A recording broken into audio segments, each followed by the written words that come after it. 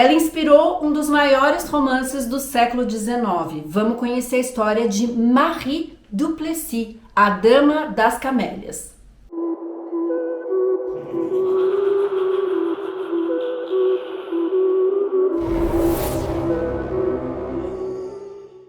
Oi, bem-vindos ao meu canal, eu sou a Flávia Ribeiro e você tá no Cafezinho Francês, um canal onde eu falo sobre casos, histórias e crimes reais que marcaram a França e também a Europa. E se você chegou por aqui agora, aproveita, já se inscreve no canal, ativa aí o sininho das notificações para não perder mais nenhum vídeo, deixa para mim também o seu like no comecinho desse vídeo, que é muito importante para impulsionar o vídeo para mais pessoas e fazer o canal crescer. E você que é meu parceiro de toda semana já sabe, deixa para mim o seu joinha. Gente, hoje eu vou contar para vocês uma história que já foi pedida aqui pelos seguidores do canal. A história de uma moça que não tinha os códigos de beleza da época, porém ela tinha um charme quase irresistível. E ela se beneficiou disso para ter uma vida de luxo, mas uma vida que foi muito curta, muito breve. E foi ela que inspirou um livro muito famoso e o mais vendido do século XIX, A Dama das Camélias. E ela teria dito a famosa frase: J'aime les camélias parce qu'ils n'ont pas d'odeur et les hommes riches parce qu'ils n'ont pas de cœur. Eu gosto das camélias porque elas não têm cheiro e dos homens ricos porque eles não têm coração. Ela foi uma demi-mondaine muito desejada que teve muitos amantes e alguns amores não tão correspondidos assim. Bom, mas para entender essa história toda, eu preciso te contar desde o princípio. Tudo começa na cidade rural de Nonant-le-Pin, no departamento de Orne, na região da Normandia. É uma quinta-feira fria, 15 de janeiro de 1824, quando Marie Desais dá à luz a uma menina chamada Alphonsine Plessis. Marie é casada com Marin Plessis e eles já têm uma outra filha, uma menina de 4 anos que se chama Delphine. A vida deles é bastante difícil, eles são bem pobres. O Marin trabalha como caixeiro viajante e ele vende algumas linhas, fitas, agulhas, e a Marie, ela tem uma pequena mercearia onde ela vende também alguns produtos, mas os negócios não vão bem para os dois e eles são realmente muito pobres, beirando a miséria. Para piorar, o Marin, ele é alcoólatra, então ele passa muito mais tempo bebendo nos bares do que realmente trabalhando e vendendo ali suas mercadorias. E quando ele chega em casa, ele é brutal, ele é extremamente violento com a Marie e com suas filhas. Ele tem o costume de bater na esposa e um dia ele chega em casa bêbado, enlouquecido, e ele começa a brigar ali com a Marie e ele tenta jogá-la na lareira. E a Marie, ela grita tanto, ela tá tão desesperada, ela pede por socorro que os vizinhos escutam a gritaria e um dos vizinhos consegue entrar na casa e salvar a Marie e as crianças. Essa situação foi tão extrema e tão marcante ali na vida da família que a Marie decide colocar um fim na relação e sair fugida de casa. E comovido com essa situação, um aristocrata, um homem bem rico ali da região, resolve acolher a Marie e as duas meninas na sua mansão. Lá ela fica escondida por um tempo e o Marin, ele fica furioso, ele começa a bater de porta em porta procurando a sua família e ela fica com tanto medo de ser encontrada que ela resolve deixar as duas filhas aos cuidados dos tios numa cidade do interior da região ali de Normandia. E ela se muda para a Suíça para trabalhar como doméstica e o dinheiro que ela ganha lá, ela envia para os tios para ajudar no sustento das filhas. Mas a separação não foi uma boa ideia porque a Marie tinha muita saudade das filhas, mas ao mesmo tempo ela tinha medo de voltar para casa. E em 1830, quando ela tinha 37 anos, ela acaba falecendo de tristeza. Alphonsine está com 6 anos quando a sua mãe falece. Ela e a irmã ainda estão sob os cuidados dos tios, que são um casal muito idoso e parece não ter muito controle ali das crianças. A Delphine era uma menina mais calma, mais comportada, porém a Alphonsine já tem uma personalidade bastante marcante. Ela tem uma personalidade muito independente e ela já vaga ali pelas ruas da Normandia com outras crianças para brincar. De vez em quando ela vai para a escola, de vez em quando ela não vai, porém ela frequenta as aulas de catecismo catolicismo porque ela tem uma ligação muito especial com a igreja. Assim, aos 11 anos, a Alfonsine se prepara para sua primeira comunhão na igreja Saint-Germain de Clairefonds. Ela adora frequentar a igreja porque ela ama especialmente um quadro da Virgem Maria que ficava exposto ali. As pessoas que frequentavam o local diziam que o desenho da Virgem lembrava muito o rosto da mãe dela. E a mãe dela se chamava Maria, como a Virgem Maria, em francês Marie, Vierge Marie. Então ela gosta de ir até a igreja porque ela se sente acolhida, ela se sente protegida por aquela imagem da Virgem que lembra a sua mãe que ela perdeu tão cedo. Depois do falecimento da mãe, o pai retoma o contato com as duas filhas e ele percebe que a Alfonsine está ficando uma menina muito bonita. E quando ela está com 12 anos, o Marin arruma para ela um emprego de aprendiz na casa de uma lavadeira. Infelizmente, o Marin abusa somente da própria filha e não só isso, porque ele vende a filha para outros homens. E assim, ele vende a Alfonsine para um senhor de 70 anos chamado Monsieur Plantier. A Alfonsine é colocada na casa dele para trabalhar de empregada doméstica, mas a função dela ali era outra. E apesar desse tipo de coisa não causar muito espanto ali na época, ela era muito pequena, ela só tinha 12 anos e isso provocou um incômodo nos vizinhos, que chamaram a polícia e denunciaram o Monsieur Plantier dizendo que ele vivia com uma menina de 12 anos que era, entre aspas, a empregada doméstica. A polícia vai até a casa do Monsieur, tira a menina dali, mas ao invés de encaminhá-la para um local seguro, para uma assistente social, eles devolvem a menina para o responsável, o pai. E era o próprio pai que tinha vendido a filha, então não ajudou muito. Para fugir das fofocas ali da região, o Marin decide pegar a Alfonsine e se mudar com ela para Paris. No caminho entre Normandia e Paris, eles vão parando e conhecendo pessoas diferentes e a Alfonsine faz amizade com uma cantora de beira de estrada que fica muito impressionada com a simpatia daquela menina sorridente, bonita e falante e resolve oferecer para ela um esqueleto de lagarto. Esse será o seu amuleto da sorte que ela vai guardar por toda a sua vida. Como eles não têm muito dinheiro, quando eles chegam em Paris, eles vão morar num prédio que mais parece um cortiço. E esse lugar ficava do lado de um mercado público e a Alfonsine detestava tudo ali. Ela detestava o cheiro do mercado, a quantidade de pessoas que passava, o barulho. Mas a pobrezinha não tinha nenhuma escolha e aos 12 anos ela começa a exercer o ofício que ela tinha começado a aprender, o ofício de lavadeira. Seu pai continua o mesmo, trabalha pouco e bebe muito e por muitas vezes ele nem volta para casa e ela fica completamente sozinha. Ela tem que fazer comida para ela, lavar suas próprias roupas, limpar a casa, ou seja, é uma carga muito pesada para uma criança que só tinha 12 anos. E quando ela tá com 14 anos, o pai dela sai um dia e não volta nunca mais. E aí sim,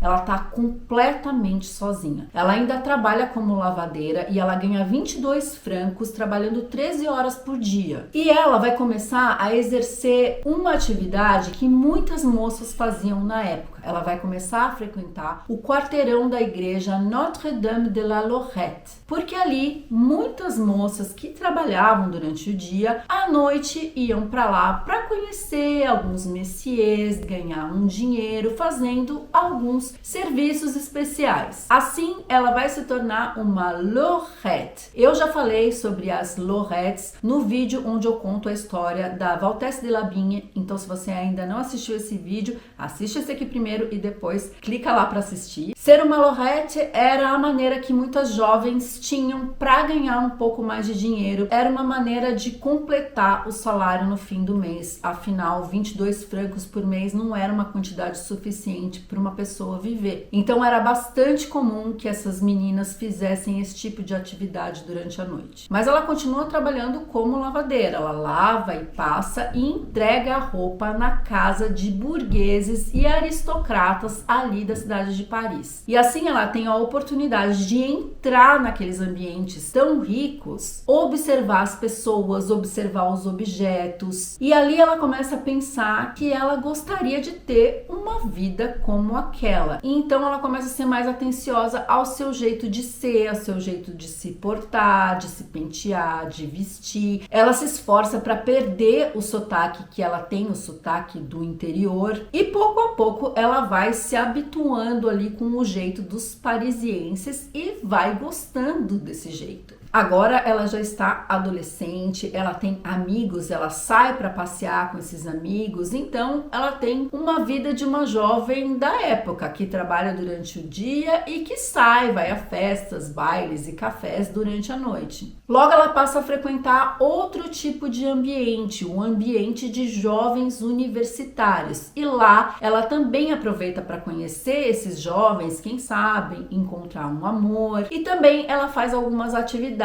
pagantes ali com aqueles jovens moços. As meninas que faziam esse tipo de atividade eram conhecidas como grisettes. Então, num certo fim de tarde, ela sai toda arrumada para ir até um desses bailes, quando começa uma chuva e ela e suas amigas correm para se abrigar nos arcos do Palais Royal. E as meninas estão ali rindo, se secando, tentando arrumar o cabelo, se recompor ali da chuva, quando um senhor de dentro de um restaurante observa aquela cena. E ele fica encantado com a beleza da Alfonsine. A princípio ela tá muito preocupada ali com ela mesma e ela não repara que tem alguém olhando para ela, mas logo ela percebe o olhar e ela olha de volta para ele e dá um sorriso. Foi o que bastou pro Monsieur Nollet se aproximar dela e se apresentar. E ele diz para ela que ela é uma moça radiante, encantadora e que ela tem um sorriso maravilhoso. E ele oferece para ela um emprego no restaurante dele. Ele diz que vai pagar para ela 3.000 francos por mês e que ele pode colocá-la em um dos imóveis que ele tem ali na cidade. Ele ainda fala que ele vai dar para ela uma bonne, que era uma empregada doméstica, e que ela não ia precisar nem limpar a própria casa. E ela, que já era órfã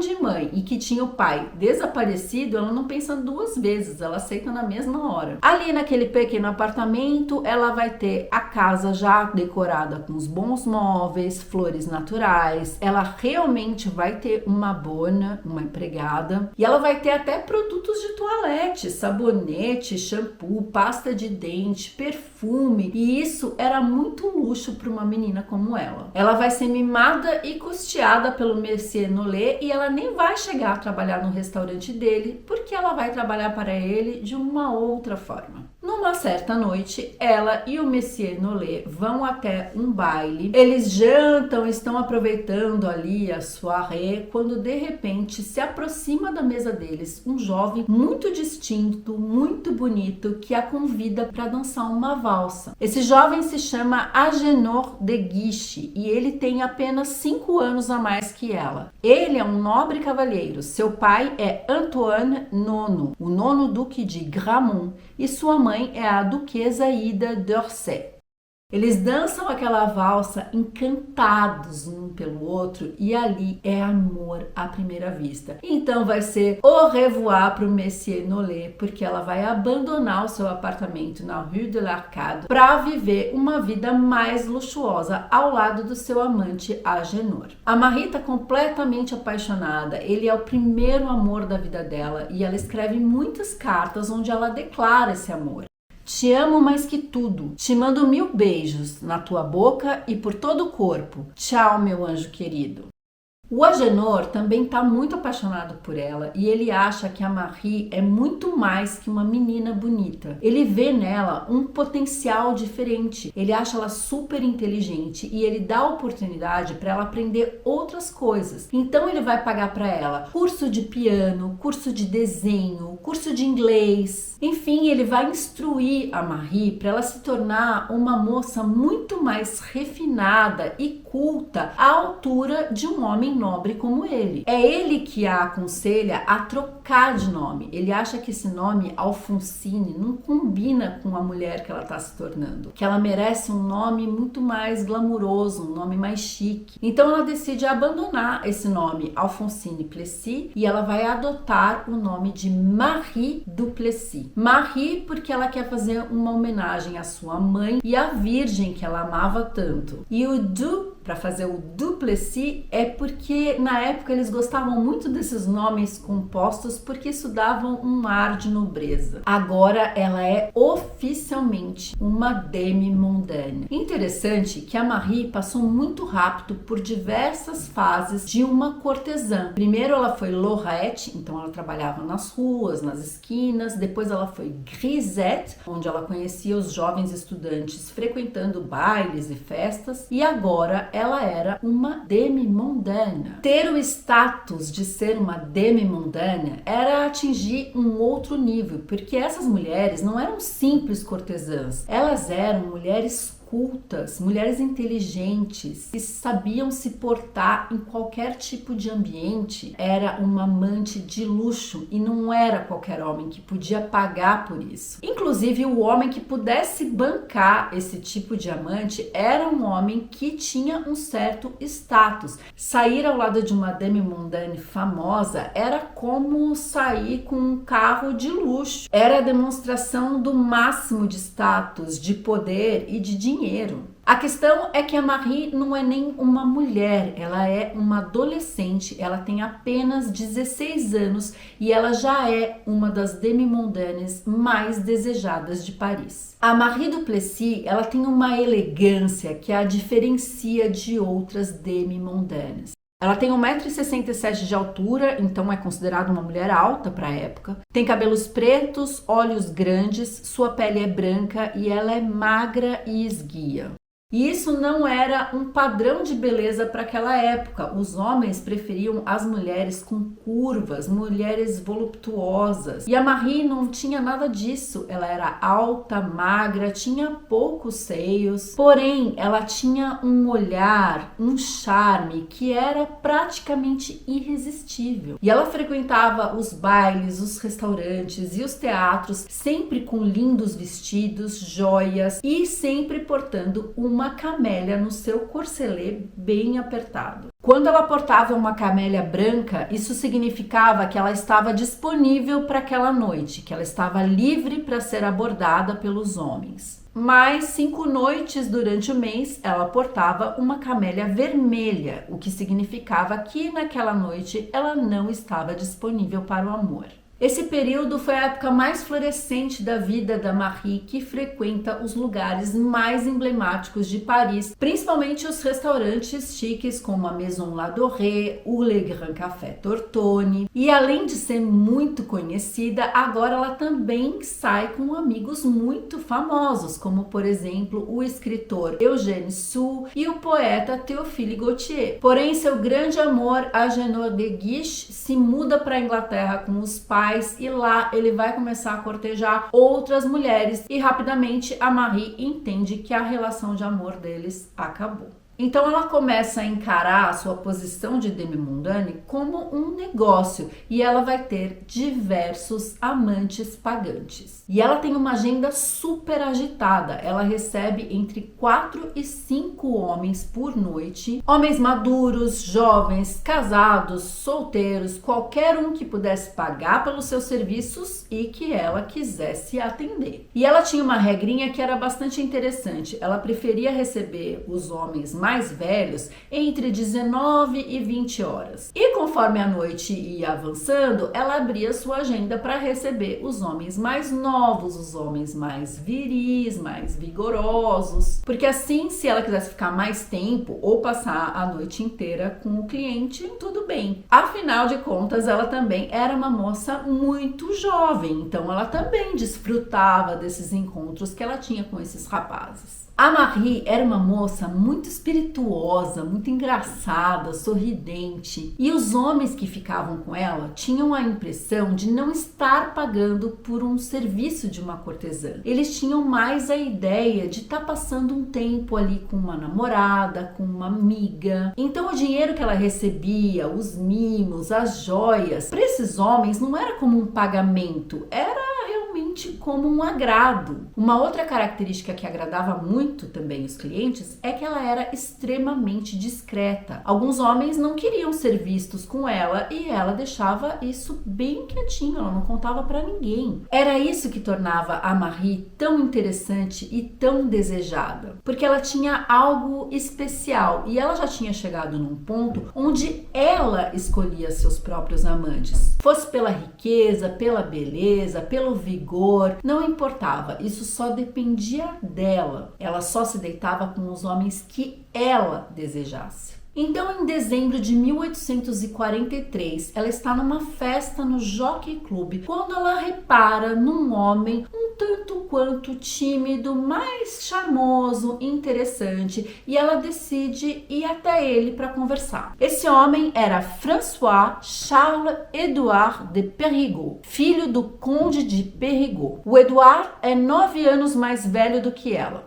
Ela está com 19 anos e ele tem 28. Rapidamente, o Edouard vai ficar completamente apaixonado por ela e ele a coloca para morar num apartamento na Rue d'Antin. Ele abre para ela o seu coração e também a sua carteira, porque a Marie Duplessis vai gastar o dinheiro desse homem como se não houvesse amanhã. Ela vai comprar vestido, sapato, chapéu, joia, móveis para casa, gente, tudo que vocês puderem imaginar.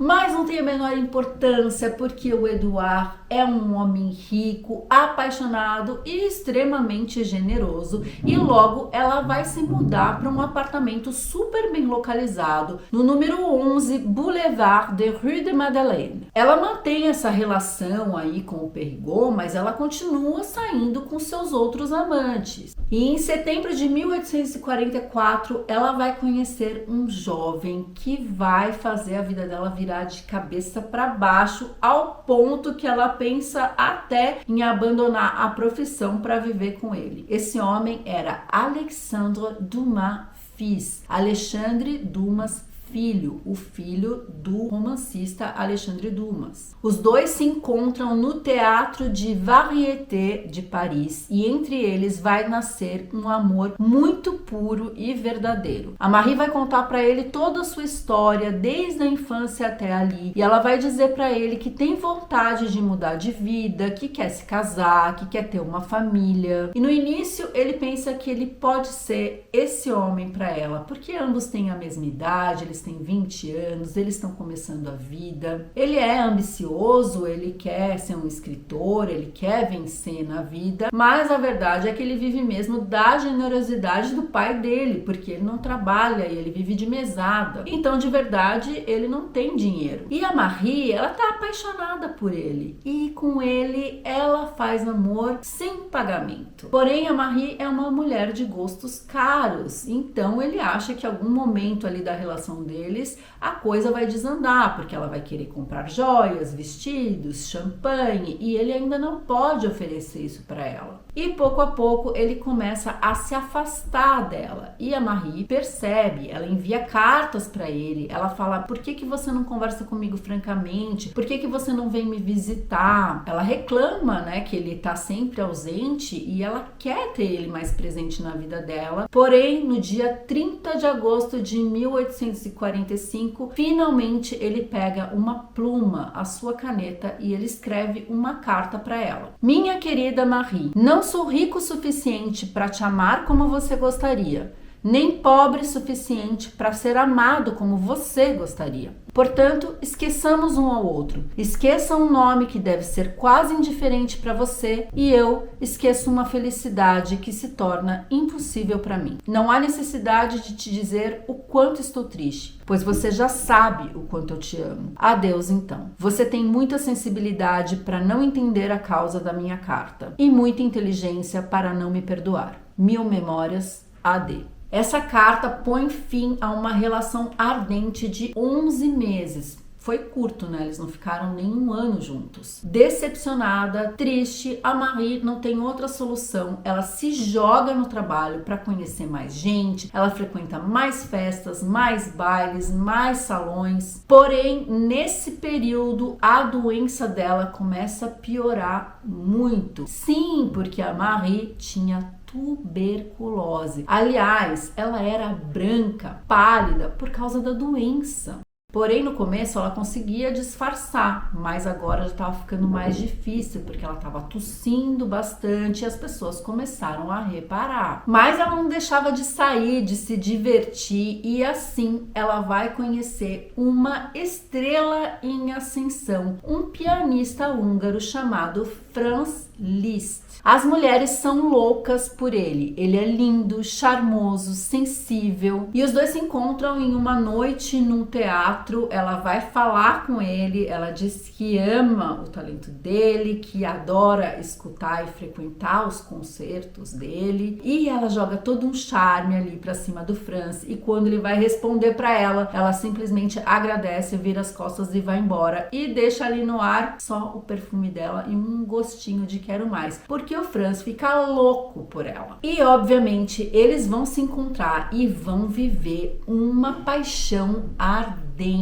Os dois se entendem muito bem, ambos têm esse lado boêmio de querer aproveitar a vida, aproveitar a noite. Eles também vêm de uma família bastante humilde, porque o Franz era filho de uma camareira e de um músico amador. Então os dois se complementam e eles se reconhecem um no outro. Porém, ele é músico, né? Ele vive dessa arte e logo a sua turnê em Paris termina e ele tem que partir para outra cidade, e isso deixa a Marie arrasada. Ela pede, ela implora para ir com ele. Me leva com você, eu não vou incomodar. Eu durmo o dia todo porque eu tô doente. No fim do dia você me leva para assistir seu concerto e à noite você pode fazer o que quiser comigo. Mas além dela estar muito doente, o Franz tinha tido uma experiência nada agradável com uma ex-amante. Ele tinha tido um caso com a Lola Montez. A Lola era uma dançarina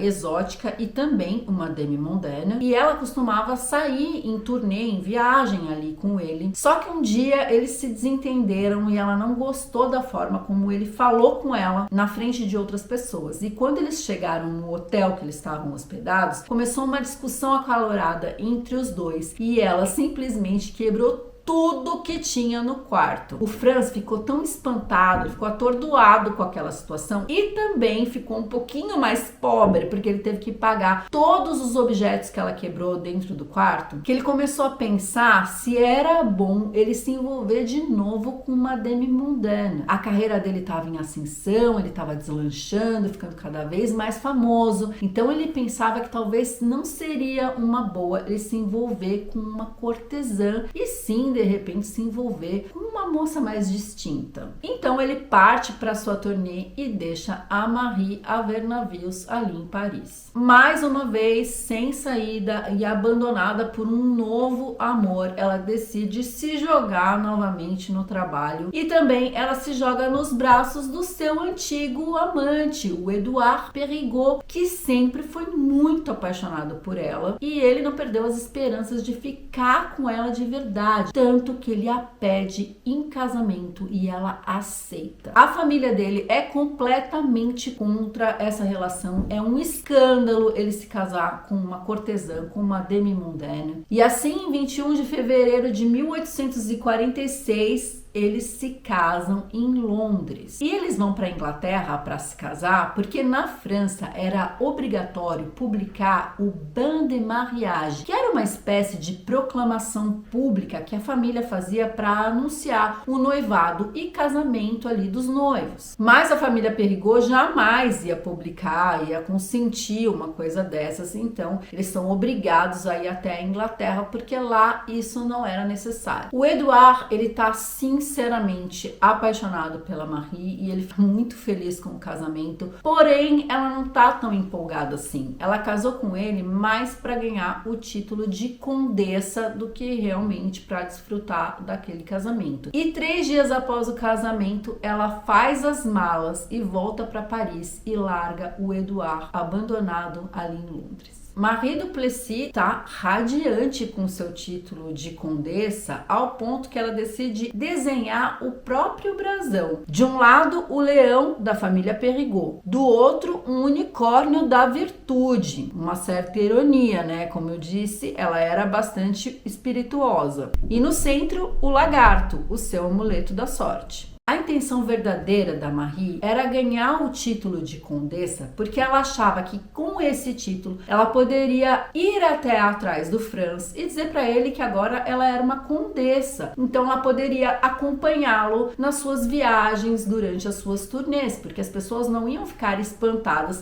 se ele tivesse acompanhado de uma condessa. Era melhor do que ser acompanhado de uma demi-mondaine. Então a verdade é que ela casou com o Edouard só para ganhar esse título. Mas esse plano não vai para frente porque a Marie tá cada vez mais doente. Ela tosse muito, ela tosse sangue, ela não tem mais energia, vitalidade para frequentar os lugares e nem para ir atrás do amor da vida dela, o Franz Liszt. Ela tem um médico que passa na casa dela praticamente todos os dias e ele enche ela de xarope, de remédio, mas essa doença era incurável. E ele também passa umas receitas de pratos bastante esquisitos, como por exemplo comer carne crua e até tomar o sangue de boi para dar energia para ela. Mas nada disso adianta porque ela continua bastante doente. Mesmo assim, quando ela se sente bem, ela sai, ela continua frequentando os bailes, ela meio que quer continuar aquela vida que ela tinha antes, mas acontece que as pessoas já reparam que ela não tá mais como ela era antigamente. Ela tá mais magra, mais pálida, ela tosse na frente das pessoas e isso afastou muitos amantes e sem amantes não há dinheiro. Então ela começa a perder o status e também a deixar de ganhar dinheiro. Então ela começa a vender seus vestidos, as suas joias, ela começa a fazer algumas dívidas na farmácia, dívida no mercado, mas o interessante é que quando ela vai fazer a dívida ali na venda, no caderninho eles marcam xarope e marcam também champanhe. Ou seja, ela estava doente, mas ela não deixava de apreciar as coisas boas da vida. Pouco a pouco ela vai deixando aquela vida boêmia para trás, ela fica cada vez mais em casa, deitada, na penumbra. E de vez em quando ela é vista orando ali dentro da igreja de Madeleine, que ficava do lado da casa dela. Ela frequenta algumas missas e parece que ela está fazendo um balanço ali da vida dela, porque ela começa a sentir remorso de tudo que ela fez com o Edouard Périgueux e ela decide escrever uma carta para ele. Me perdoe, meu querido Edouard. Te peço perdão de joelhos. Se você ainda me ama, por favor, me desculpe. Tenho apenas 2 palavras: meu perdão e sua amizade. Estou muito doente. Adeus. Ele recebeu a carta, mas nunca respondeu para ela. Em 1º de fevereiro de 1847, ela tá muito mal e então um padre é chamado ali até o apartamento dela para dar os últimos sacramentos. Ela tá no fim da vida e ela, que teve tantos amantes, tantos amores, está morrendo ali sozinha. Ninguém está do lado dela, a não ser a sua fiel empregada Clotilde. Finalmente, em 3 de fevereiro de 1847, Marie Duplessis falece, levada pela tuberculose aos 23 anos. Em 5 de fevereiro de 1847, seu funeral é realizado na igreja de Madeleine. A igreja tem algumas pessoas ali que acompanham aquele funeral, mas pouquíssimas pessoas acompanharam o seu enterro. Ela foi enterrada em uma tumba simples no fundo do cemitério de Montmartre. A Marie faleceu cheia de dívidas e 15 dias depois da morte dela, os credores resolveram organizar um leilão para vender os seus pertences e tentar quitar as suas dívidas. Todos os seus bens ficaram expostos no seu apartamento no número 11 Boulevard de Madeleine. E muita gente foi até lá só para ver os objetos, só para ter a oportunidade de entrar na casa dela. Principalmente as mulheres, que tinham muita curiosidade para saber como era o estilo de vida de uma demi-mondaine. O leilão foi um sucesso. Eles estavam pensando em arrecadar por volta de 15 mil francos e todos os objetos foram vendidos por 99 mil francos. E o Alexandre Dumas Fils, no segundo dia de vendas ali do leilão, ele vai até o apartamento dela e ele olha os objetos com um saudosismo de quem tinha vivido muita história ali naquele apartamento. Meses mais tarde, ele tem a ideia de escrever um livro inspirado na história de vida do seu grande amor, a Dama das Camélias. O romance foi publicado em 1848, um ano após a morte da Marie, e no livro ele troca o nome dela, de Marie Duplessis, por Marguerite Gautier. O sucesso do livro foi imediato e esse foi o livro mais vendido do século XIX. Um tempo depois, esse livro vira uma peça que estreou no dia 2 de fevereiro de 1852. E o compositor italiano Giuseppe Verdi, ele vai para Paris, assiste essa peça e fica completamente inspirado por aquela história e então ele escreve a ópera La Traviata. Anos depois, em 1896, a atriz Sarah Bernard também interpretou a Dama das Camélias no teatro. 20 anos depois, o Alexandre Dumas Fils faz uma revelação dizendo que a Dama das Camélias foi uma invenção dele, que a Marie Duplessis não gostava de camélias, e sim de violetas. E muitos historiadores acreditam que aquela carta de amor pondo fim na relação foi apenas uma jogada de marketing, porque essa carta foi descoberta ali num brechó que vendia livros, poucos dias antes do livro Dama das Camélias ser lançado. Eles falam que a carta é tão bem escrita e tão poética que não pode ser verdadeira. Pouco tempo antes de morrer, a Marie Duplessis fala para Clotilde, que é a única pessoa que está do lado dela ali no leito de morte, abre aspas, sempre senti que eu ia voltar à vida. Essa frase, inclusive, é dita ali no fim da ópera La Traviata. E de alguma maneira isso é verdade, porque ela foi imortalizada através da Dama das Camélias. Realmente a vida da Marie Duplessis, ela foi de 8 a 80, né? De uma menina pobre, abusada ali pelo pai, para ser uma mulher bem-sucedida na sua profissão. E antes que alguém venha aqui dizer que eu estou romantizando a vida de uma cortesã, eu quero deixar bem claro que esse canal eu conto histórias e as demi-mondaines fazem parte da história francesa, que eram mulheres cultas, inteligentes e que simplesmente aproveitaram os recursos que elas tinham, que era a beleza, o charme, para vencer na vida. Lembrando que tanto na França quanto no Brasil a prostituição não é proibida, viu, gente? É uma profissão legalizada. O que é proibido é a cafetinagem. Os franceses não têm vergonha nenhuma da história que eles têm com as demi-mondaines, tanto é que existem uma infinidade de livros escritos sobre esse assunto, inclusive eu estou com um deles aqui, ó,